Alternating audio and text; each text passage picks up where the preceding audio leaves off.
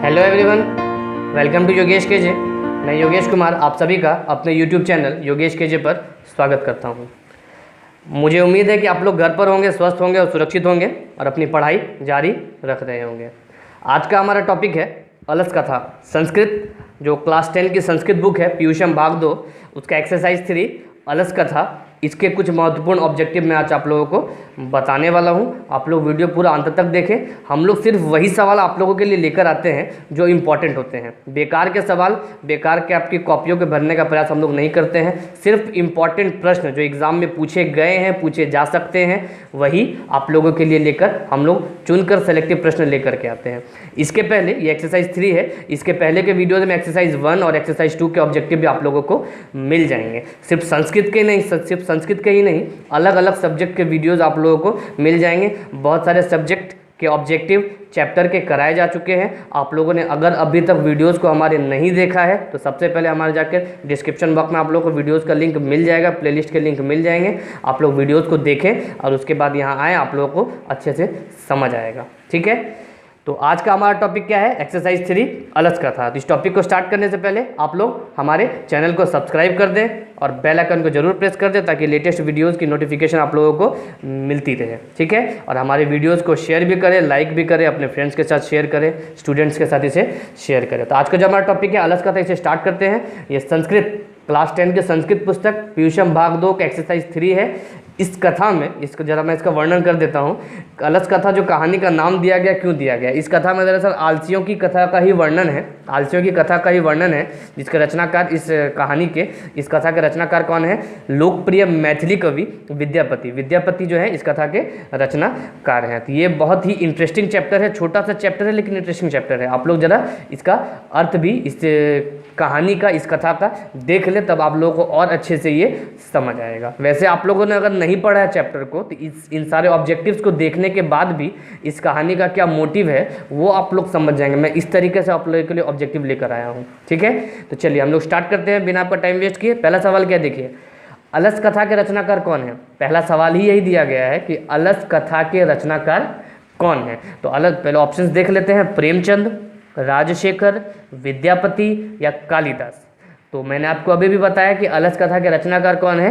विद्यापति है। कौन है? विद्यापति। तो 1 का आंसर क्या हो जाएगा? सी। आप लोग इसे टिक कर लें, नोट कर लें। अगला सवाल, विद्यापति कौन थे? विद्यापति मतलब किस रूप में विख्यात हैं इस संसार में? विद्यापति किस रूप में विख्यात हैं? देखिए ऑप्शन देख लीजिए आप लोग, भोजपुरी कवि, मैथिली कवि, अंग्रेजी कवि या तमिल कवि। ठीक है, तो विद्यापति जो हैं बिहार के नहीं, भारत के, बिहार के नहीं कह सकते हम लोग, भारत के एक लोकप्रिय मैथिली कवि थे जिन्होंने मैथिली भाषा को बढ़ाने में अपना अतुलनीय योगदान दिया है। ठीक है, संस्कृत में भी इनका काफ़ी नाम लिया जाता है, संस्कृत के भी एक प्रतिष्ठित कवि हैं ये।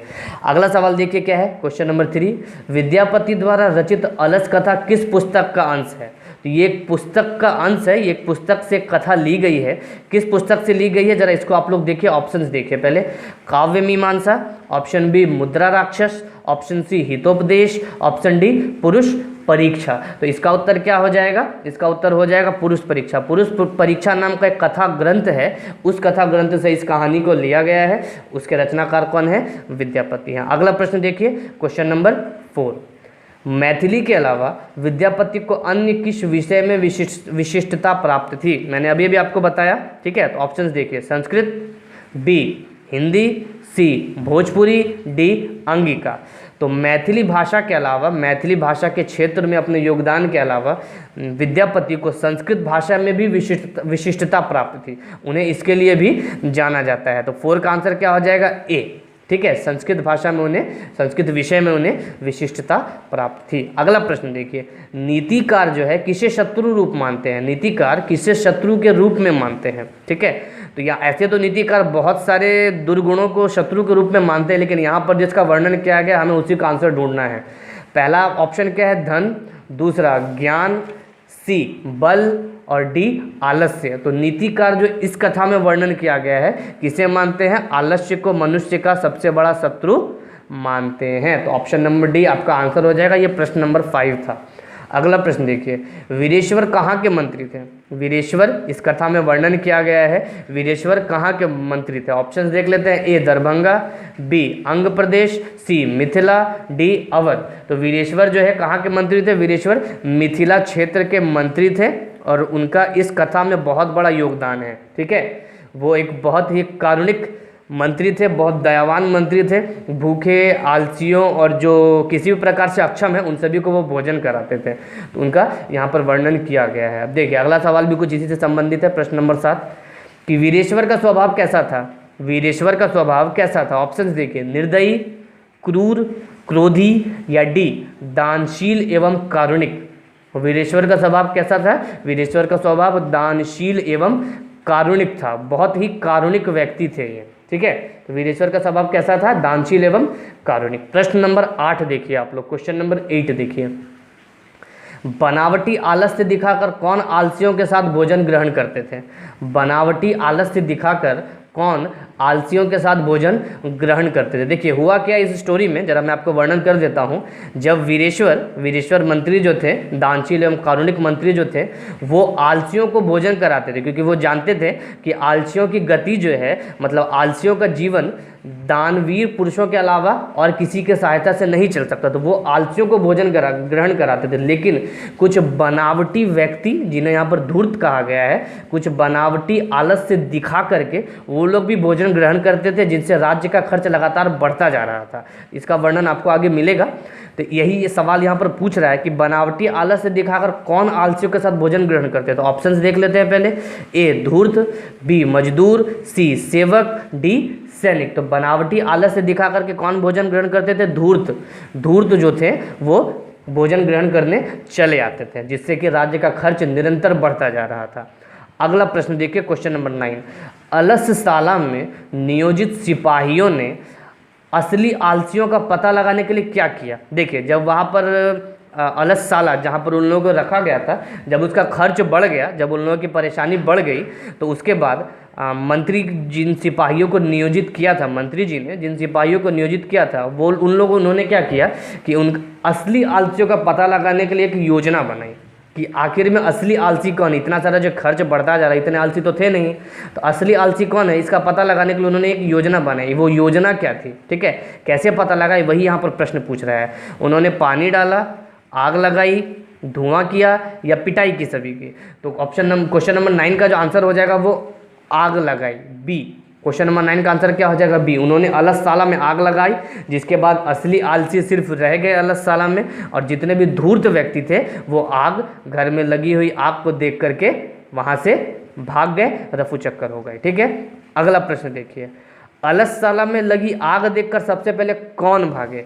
ये क्वेश्चन नंबर 10 है। इसके ऑप्शंस आप लोग देखिए। जब आग लगी तो सबसे पहले कौन भागे? नियोजित सैनिक, धूर्त, आलसी या इनमें से कोई नहीं? तो ये आग लगाई ही इसलिए गई थी कि जो धूर्त व्यक्ति है, जो बनावटी आलस्य दिखा करके राज्य का खर्च बढ़ा रहे हैं, उन लोगों को पकड़ने के लिए थी। तो कौन भागे? धूर्त व्यक्ति जो है वो आग लगी हुई देखकर सबसे पहले भागे। ठीक है, अगला प्रश्न देखिए, अलस्यशाला में आग लगी देखकर भी कितने पुरुष सोए रह गए?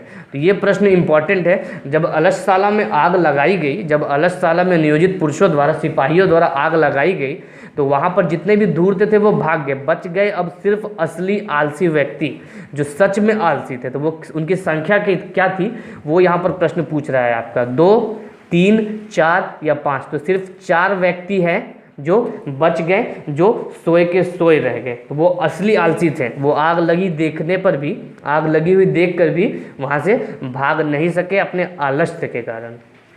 अगला प्रश्न देखिए, अरे यह कैसा कोलाहल है, किस आलसी ने कहा? जब आग लगी, आग लगने के बाद जब सारे धूर्त भाग गए, तो जो 4 पुरुष बच गए, जो 4 आलसी बच गए, उनके बीच जो वार्तालाप होता है उससे भी यहाँ प्रश्न बनाया गया, ये एग्जाम में आता है। तो ये किसने कहा था कि अरे यह कैसा कोलाहल है? पहले आलसी ने, दूसरे आलसी ने, तीसरे आलसी ने या चौथे आलसी ने? तो ये जो प्रश्न किया था ये किसने किया था? पहले आलसी ने किया था कि अरे यह कैसा कोलाहल है।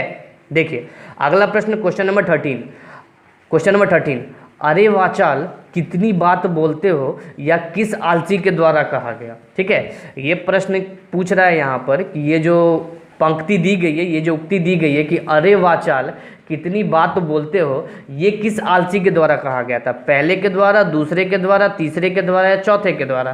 तो ये जो वचन है, ये वचन चौथे आलसी ने कहे थे। मतलब वो इतना आलसी था कि बोलना भी नहीं चाहता था। आप लोग जब कथा को पढ़ेंगे तो आपको बहुत ही व्यंग्यात्मक तरीके से कथा समझ आएगी, हंसी भी आप लोगों को थोड़ी बहुत आएगी। चौथा व्यक्ति इतना ज़्यादा आलसी था कि वो बोलना भी नहीं चाह रहा था। उन लोगों की बातों को सुन करके उसे मतलब प्रॉब्लम हो रही थी कि तुम लोग कितना बोलते हो, चुप रहो। ठीक है, अगला प्रश्न देखिए, क्वेश्चन नंबर 14। लगता है इस घर में आग लगी है, यह किस आलसी ने कहा। यह किस आलसी के द्वारा कहा गया, पहले के द्वारा, दूसरे के द्वारा, तीसरे के द्वारा या चौथे के द्वारा। तो यह कथन जो है, यह कथन किसने कहा था, दूसरे आलसी ने कहा था। ठीक है, अगला प्रश्न देखिए, क्वेश्चन नंबर 15। कोई भी धार्मिक नहीं है जो इस समय जल से गीली चटाई से हमें ढक दे, यह किस आलसी ने कहा था। ठीक है, क्वेश्चन नंबर 15 है, ये कथन किसके द्वारा कहा गया था। पहले ऑप्शंस देखिए आप लोग, पहले, दूसरे, तीसरे या चौथे। तो ये कथन जो है चौथे आलसी के द्वारा कहा गया था। जरा मैं आपको एक बार फिर से रिवीजन करा देता हूँ। यहाँ पर 4 आलसी रह गए थे, इन चारों के बीच जो वार्तालाप हुई उसका भी प्रश्न यहाँ पर बनाया गया। इसलिए बनाया गया क्योंकि एग्जाम में ये आते हैं। तो पहले आलसी ने क्या कहा, पहले आलसी ने कहा कि अरे यह कैसा कोलाहल है। पहले आलसी ने क्या कहा कि अरे यह कैसा कोलाहल है। दूसरे आलसी ने क्या कहा, दूसरे आलसी ने कहा कि लगता है इस घर में आग लगी है। ठीक है, इसके बाद तीसरा आलसी क्या कहता है कि कोई भी धार्मिक नहीं है जो इस समय जल से गीली चटाई से हमें ढक दे। अंतिम में जो चौथा सबसे बड़ा आलसी था, जिसे बोलना और सुनना भी पसंद नहीं था, उसने क्या कहा, उसने कहा कि अरे वाचाल कितनी बात बोलते हो, तुम चुप नहीं रह सकते। तो ये इन आलसियों के बीच में, जो असली आलसी थे, उनके बीच के वार्तालाप का वर्णन मैंने आपको यहाँ किया। चलिए, हम 15 नंबर प्रश्न तक देख चुके थे। अगला प्रश्न हमारा क्या है, क्वेश्चन नंबर 16 कि बच्चों की गति किसे बताया गया है। बच्चों की गति किसे बताया गया, तो ऑप्शंस देखिए, पिता, माता, बहन या मित्र। तो बच्चों की गति इस संसार में सिर्फ माता है। यहाँ पर एक श्लोक दिया गया है इस कथा में अलस कथा में एक श्लोक दिया गया है, वहाँ पर इसका वर्णन किया गया है कि बच्चों की गति किसे बताया गया है। बच्चों की गति जो है इस संसार में माता के अलावा कोई नहीं है। ठीक है, अगला प्रश्न देखिए, स्त्रियों की गति किसे बताया गया है। स्त्रियों की गति किसे बताया गया, तो ऑप्शन देखिए आप लोग। स्त्रियों की गति जो है पिता, पति, माता या बच्चे। ठीक है, तो ऑप्शंस ये है आप लोगों के, आंसर आप लोग देख लीजिए। तो स्त्रियों की गति जो है वो इस संसार में पति को बताया गया है। बच्चों की गति किसे बताया गया, माता को बताया गया, और स्त्रियों की गति किसे बताया गया, पति को बताया गया। उसी आधार पर एक और सवाल है कि आलसियों की मतलब गति का क्या मतलब है। गति का मतलब है यहाँ पर कि इसके बिना, मतलब बच्चों की गति किसे बताया गया, माता को बताया गया, मतलब माता के बिना बच्चों का संसार चलाना बड़ा कठिन है। उसी प्रकार पति के बिना स्त्री का।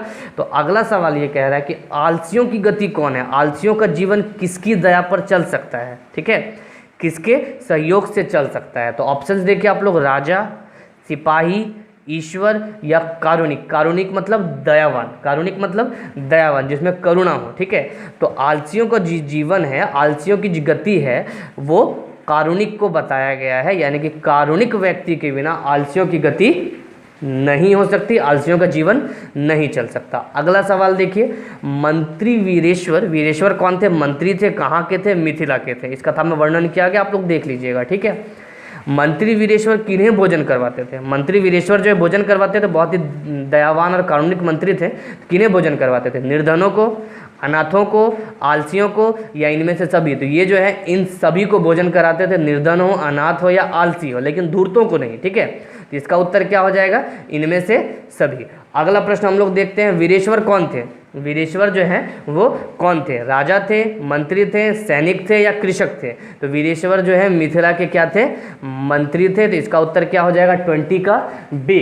ठीक है, ये आपके सबसे महत्वपूर्ण इस चैप्टर से चुने गए सेलेक्टिव प्रश्न थे जो आपके एग्ज़ाम में आ सकते हैं। ठीक है, ये वही सवाल हैं जो एग्ज़ाम में हर वर्ष पूछे जा रहे हैं या पूछे जा सकते हैं। तो आप लोग इन सभी सवालों को नोट करें, इन सभी प्रश्नों को नोट करें। बहुत ही इंपॉर्टेंट चैप्टर भी है ये, और इस चैप्टर के ये कुछ महत्वपूर्ण ऑब्जेक्टिव भी थे, ठीक है। तो आप लोग इन सभी सवालों को नोट कर लें। ये आपका एक्सरसाइज 3 था। इसके बाद में 4, 5, 6, 7 जितने भी चैप्टर है सभी चैप्टर के वीडियोस आप लोगों को उपलब्ध कराऊंगा। इसके पहले एक्सरसाइज 1 और 2 संस्कृत के एक्सरसाइज 1 और 2 का वीडियो भी डाला जा चुका है। अगर आप लोगों ने नहीं देखा है तो आप लोग प्लेलिस्ट को ऑन करके देख सकते हैं। इसके अलावा अन्य चैप्टर, अन्य सब्जेक्ट जो है जैसे मैथ, साइंस, ठीक है, और अदर जितने भी सब्जेक्ट है उन सभी के वीडियोस आप लोगों को हमारे चैनल पर मिल जाएंगे। ये आप लोगों को संस्कृत, हिंदी, साइंस, इन सभी चैप्टर्स के वीडियोस आप लोगों को मेरे चैनल यानी कि योगेश केजे पर मिल रहे हैं। इसके अलावा जो एक और हमारा चैनल है आशीष केजे, एक और हमारा चैनल है आशीष केजे, इस चैनल पर आप लोगों को मैथ, हिस्ट्री, ज्योग्राफी, सिविक्स, इन सभी सब्जेक्ट्स के वीडियो बहुत ही आसानी से जो आप लोगों को बताए गए हैं, जो आप लोग एग्ज़ाम के लिए बहुत यूज़फुल हैं, मिल जाएंगे। तो आप लोग इन दोनों चैनल्स को सब्सक्राइब जरूर करें और अधिक से अधिक अपने फ्रेंड्स के साथ इसे शेयर करें और अपनी पढ़ाई को जारी रखें। हम लोगों ने चैनल इसलिए आप लोगों के लिए बनाया है, ठीक है। हमारा यही लक्ष्य है कि आप लोगों की पढ़ाई में किसी प्रकार की बाधा उत्पन्न ना हो। तो आप लोग इन दोनों चैनल्स को हमारे सब्सक्राइब करें और शेयर भी जरूर करें। सभी चैप्टर्स के, सभी सब्जेक्ट के वीडियोस लगातार हम लोग आप लोगों के लिए बना रहे हैं, ज़्यादा से ज़्यादा आप लोगों के लिए मेहनत कर रहे हैं। तो आप लोग भी हमारी इस मेहनत को जरूर सफल बनाएं, ठीक है। तो आप लोग वीडियो समाप्त करने से पहले मैं चाहूँगा कि आप लोग हमारे वीडियोज़ को लाइक करें, शेयर करें और हमारे चैनल को सब्सक्राइब जरूर कर दें। अगर आप हमारे चैनल पर नए हैं तो सब्सक्राइब करने के बाद बेल आइकन को भी ज़रूर प्रेस कर दें, ठीक है। तो अगले वीडियो के साथ मैं फिर मिलता हूँ आपसे, तब तक धन्यवाद।